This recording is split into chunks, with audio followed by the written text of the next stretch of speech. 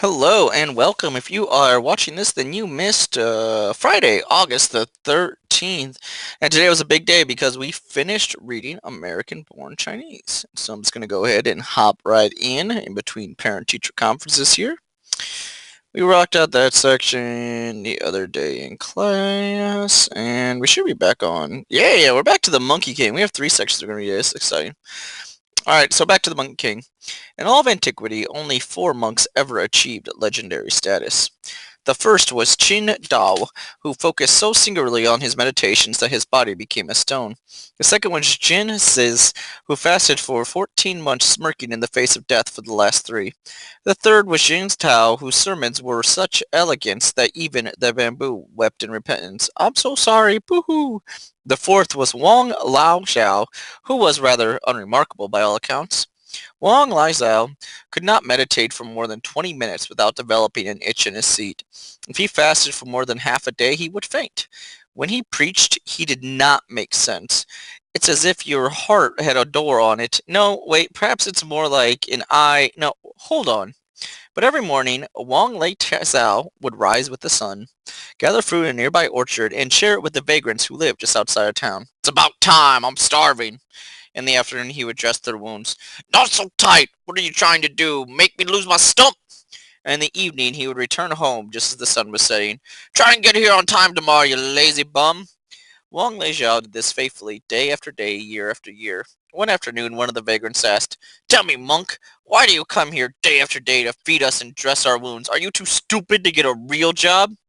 I am no more worthy of love than you, yet Zhang Yezun loves me deeply and faithfully, providing me for my daily needs. How can I not respond in kind? Good answer. Yeah, Flash. Do not be afraid, Wang Lizao. We are emissaries of Tejazu, who he is, who he was, is, and shall forever be. Teju has found favor with you. He has chosen you for a mission. You shall deliver 3 packages to the west. A star shall guide your way. Your journey will not be without peril. It is an old wives' tale among demons that the flesh of a holy man can grant eternal life. Once you are in the wilderness, many will try to eat you. Do you accept this mission, Wang Lijiao? I accept whatever plans Jia Zhengzhu has for me. Good answer. Jia Zhezun has seen fit to provide you with 3 disciples. You shall gather them to yourself along your journey. They shall accompany you, protect you, and share your burden. The first of these is an ancient monkey deity. You shall find him imprisoned beneath a mountain of rock. The next morning, Wang Leishu rose with the sun and set off on his mission. He's a traveling, he's a traveling, he's a traveling. After 40 days journey, Wang Leishu finally came upon the mountain of the Monkey King. Hmm? Dear disciple, please free yourself quickly. My arms are thin and weak. I cannot bear this burden alone much longer. Huh? Who are you to speak of me such a matter? Do you not know who I am, mortal? You are the monkey Teja Zhu promised me as a disciple. You fool! I am the great sage equal of heaven. I am sovereign ruler of Flower Flute Mountain, master of 12 major disciplines of Kung Fu. Come closer so I may beat you for your impudence. Please stop this nonsense, dear disciple. We must be on our way. Are you too blind to see the mountain of rock that holds me to my place, you imbecile? Even if I were willing to suffer the company of an ignoramus such as yourself, I would still be unable to leave. The form you have taken is not truly your own. Return to your true form, and you shall be freed. Is there no end to your stupidity, you sod? That seal above me prevents you from exercising Kung Fu. Returning to your true form is not an exercise of Kung Fu, but a release of it. Moral, there are demons behind you. Yes, I'm aware of them. That is why I ask you to free yourself quickly. And if I refuse, it is the will of Teijezu for me to die for your stubbornness, then I accept. Ha! Then I shall enjoy watching the demons pick your flesh from your teeth, if it is a fate befitting such a moronic twit. Dear disciple, with me dies your last chance at freedom. Freedom? Freedom to serve as a slave boy of a mortal? I'd rather stab! Oh no. To find your true identity within the will of Yazli Zhu, that is the highest of all freedoms. So it is your true identity the supper of 2 demons? Perhaps. Is yours the eternal prisoner of a mountain of rock? Ah! Sigh. Switch. Up. Whack. Whoop. Yeah, cha-cha-cha. Well, yeah, and a roar of a fart. Pew! Flying glow! Crack! Going to some sort of cannon thingy. Boom! Bam! Leave now! Zip zip! Mortal. Master, let me help you to your feet. Thank you, dear disciple. Your wounds are heavy. I'll fly you to the nearest town. No, no shortcuts. You cannot retrieve those packages for me. There's one more thing, dear disciple. On this journey, we have no need for shoes. The Monkey King accompanied Wale Zhao on his journey to the west and served him faithfully until the very end. My mother once explained to me why she chose to marry my father. Of all the PhD students at the university, he had the thickest glasses, she said. You have to do this for me, Wen-Chen. I have to tell my parents I'm with you, or they're not going to let me out at all. Thick glasses meant long hours of study, and long hours of study meant a strong work ethic. It is lying. I cannot tell lies. Come on, my mom practically won't. My mom probably won't even call. Plus, it's not really lying. I'm with you now, aren't I? You're just telling a delayed truth. A strong work ethic meant a high salary, and a high salary meant a good husband. Wen-Chin, I need you on this. Otherwise, it's not going to happen. You were the one who told me this was a chance for my lifetime. Please? You concentrate on your studies now, Jin. Later you can have any girl you want. Sigh, fine. For you, I tell lies. Haha, I knew you'd come through, man. I was forbidden to date until I had at least a master's degree. I have a cousin Charlie who's a few years older than me. Don't bother dating before you have your driver's license, he told me, long before I even cared about such matters. It's totally lame. Charlie had breath that smelled of old rice, a Bruce Lee haircut, and parents even stricter than my own, so I always thought it was just sour grapes. Now I'm not quite so sure. You okay? Great. By the time I reached the theater, sneaking my arm around her during the movie was out of the question. Oh, it's about to start. Yeah, because they just learned off the tights. I couldn't tell you the plot and the actors' names or even the title, but that was the best movie I ever saw.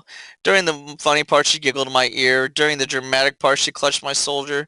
And during the moments I listened to her breathe. 20 minutes before credits, I got a jolt of confidence. Zit! I decided to make a move. Yeah! But I had to take care of something first. Sniff, sniff. Be right back. My parents were growing up in China. Neither of them had ever heard of, let alone used deodorant, so it never occurred to them to buy such a product for me. Fortunately, Charlie had some advice about this particular issue too. Get some of that powdered soap they got in the public bathrooms and rub it in your pits. Works the same as right guard. Zip! Hey, just in time. I think he was going to tell her he loves her. Oh, yawn. Smooth moves, Jin. I didn't see it until after we left the theater. And when her dad finally apologized for getting her birthday, I almost cried. Yeah, me too. What's that on her shoulder? Soap bubbles. So you want to go get some milkshakes or something? Ah, Jin? Milkshakes. Yum. There's a little ice cream shop down the street. Great. The bubbles had dissipated by the time we got our milkshakes, and Amelia gave no indication she'd noticed them. Still questions haunted me. Was she just too polite to say anything? And if so, did she now think I was some sort of freak with bubbly armpit sweat? In desperation, I told Wen Chi about it the next morning. She probably didn't even notice, Jin, but to make sure, I will find out for you. What? No, Wen Chi, you're just gonna make it. You're just going to make it? Don't worry. I find out sneaky way like ninja. She will not suspect. You want to know, right? See? I find out for you. Oh, your mother called me while you're on your date. I talked to her for 2 hours trying for her to forget why she called. And it worked, but now I must shop with her on Saturday. She will buy me shoes and electric walk. Long story. You owe me. Hello, Amelia. Hey, Winchi. So, how was it with Jin? Good. It was good. I actually had a lot of fun. Fun? How so? Was Jin nice? Sure. Funny? Yeah, bubbly? What? Did he look something like Bubbles? Winchi, what are you talking about? Nothing. Forget I said anything. It was good that you had fun. For the rest of the morning, I dreamt of our future. Want to go out this Friday? I'd love you. I knew I couldn't get ahead of myself, but I couldn't help it. I was in love. I'm so happy. Be right back. I gotta go buy McGruel and Orange Freeze. Hey, Jin. Can I ask you a favor? Can you not ask out Amelia again? You like her? What? No, no. She's like a sister to me. We've known each other since like preschool or something. No, it's just that she's a good friend. I want to make sure she makes good choices, you know. We're almost in high school. She has to start paying attention to who she hangs out with. Ah, geez, look, Jin. I'm sorry. It sounded way harsher than I meant it to. I don't know if you're right for her. Okay, that's all. No hard feelings? Yeah. And can you do me a favor? I guess. Thanks, man. I appreciate it. Can you do me a favor? No. Can you do me a favor? No. Can you do me a favor? Hell no. Can you do me a favor? Yeah, the favor's punch in the face. Amelia. Hey, Jin. Hey, how you doing, Jin? Ooh. See what I mean? He's a nice guy, but he's kind of a geek. I mean, what's with that hair? Hey. Hey. Where's Wen Chin? Math circles. Oh. You alright? Timmy said something stupid to me today. Oh? You know, this weekend I went to the birthday party for Laura Suzuki, my best friend in second grade. We used to go to Japanese school together. I hadn't seen her in years, so when Mom told me we were going to go to a party. I was pretty excited. About 20 minutes of the party, though, I figured out that Laura didn't actually invite me. Her mom wanted to hang out with my mom, and I sort of just got brought along. Laura and her new friends had their own thing going, so I spent the rest of the party watching TV in the living room. I felt so embarrassed. Today, when Timmy called me a chink, I realized deep down inside, I kind of feel like that all the time.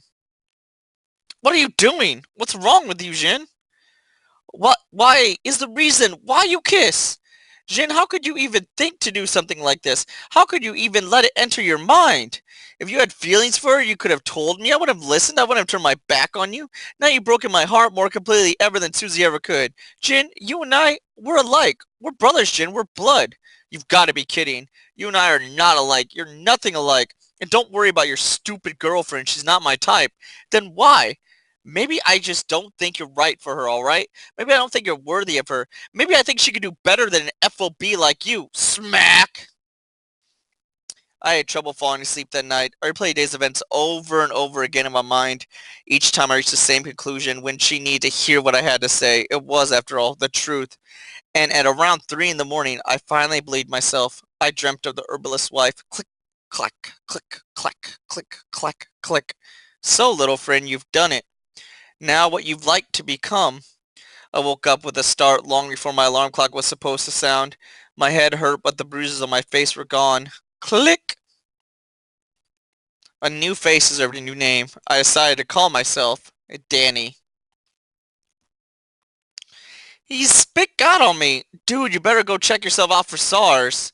Talk to me, tell me your name. You brawl me off right, it's all the same. You light a fuse, I'm ticking a bomb like a bomb. Yeah, baby. She bang.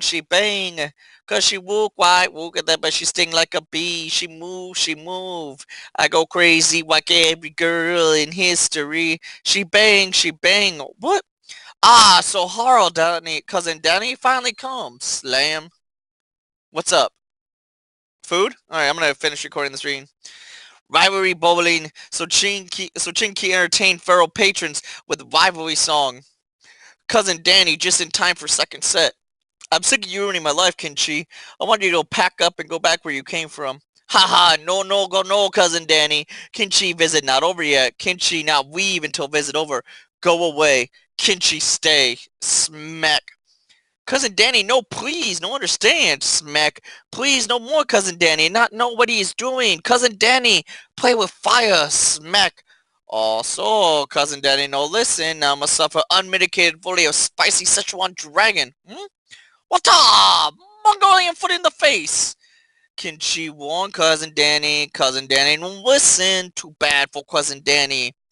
Munchu fist. Kumpo Chatak! Twice cooked palm! Happy Flummery Head Bunk! General Zhao Rooster Punch! House say special kickin' nods! Pecan Strike! 3-flavor essence! Hot and sour Wet Willy! Pimp Strap Winning Style! Sorry, Kenny Danny. Kinchi won America. Kinchi won for America. Kinchi come visit every year. Forever. Forever. Whoop! Nice punch. Huh? Now that I've revealed my true form, perhaps it's time to reveal yours. Jin Wang. Who are you? I am the Monkey King, embassy of Zhang Yazoo. I have stood in his holy presence since the completion of my quest of virtue, my journeys to the west. Wenqi's son, your friend from junior high, is my son. Wenqi? Shortly after being installed as emissary, I had my family brought to me. These are all your wives and children's. Being king has its benefits. Soon my eldest son to follow my footsteps and become an emissary himself. The path you are following is not easy, Wenqi. I know, sir.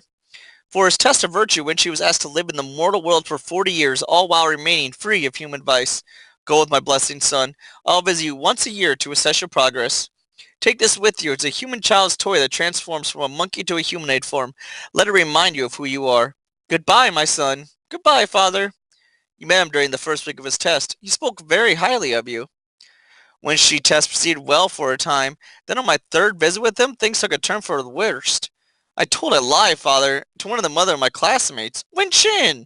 You know the parameters of your test strictly forbid such behavior. Why would you do such things? Tell me, father, what exactly are the duties of an emissary? Emissaries of Jing Jun serve him and all that he loves. All that he loves? That includes humans? Yes, Jing Jun considers them the pinnacle of his creation. Even more so than his emissaries? Yes. Tijuan is a fool. I no longer wish to be his emissary. Wen Chin! I found him as a petty, soulless creature. The thoughts of serving them sickens me. I will spend the... I'll get there. They're telling me that I have to go eat food. I will spend the remainder of my days in the mortal world using it for my pleasure. Wenqi, please, you must give an accounting of yourself at the end of this test. How will you face Jin Jun? I don't know, but anything is better than a lifetime of servitude to humans. Goodbye, father. He refused my visits from then on. I began visiting you instead. To punish me for Wenqi's failure? No, no. Wenqi's choice was his own. I am not so foolish as to believe you have power over his will. You misunderstand my intentions, Jin. I did not come to punish you. I came to serve as your conscience, as a signpost to your soul. Wait. So what am I supposed to do now? You know, Jin, I would have saved myself from 500 years imprisonment beneath a mountain of rock had I only realized how good it had been to be a monkey. Hey, bro, can I borrow the car keys? Ma has them. Are you taking Kinchi out for a night in the town? Nah, he went home already. Home, but his flight's until next week. Yeah, something came up. See ya, ba. Honey, you'd better call your sister and tell him to expect Kinchiori. My sister? I thought he was your sister's son. What would you like? Yeah, maybe this. That's not a dish. That says cash only. I stayed there until closing that night. The next day I went right after school and stayed until closing day again. I did this every day for over a month. Then finally, one Friday night, he came. Pearl milk tea, please. Vroom, vroom, boom, boom, boom, boom, boom, boom, boom, boom, boom, boom. Hey, Winchi. Jin? What the hell do you want? I I want to talk to you. I met your father, Winchi. I just want to talk. Why are you telling me all this? I guess I'm just trying to say I'm sorry. Milk tea here sucks. I thought it was okay. The tea itself has an oily taste like they were stir-frying something nearby when they made it. The boba reminds me of rabbit crap. There's a little hole in the wall place just down the street from here. Best pearl tea you'll ever taste. That you've ever tasted. I'll take you there sometime. That'd be cool. And it ends. Okay, I am gonna go eat dinner, you guys. I'm gonna make another video for the other thing I made today. But thank you so much for watching. Love you all and goodbye.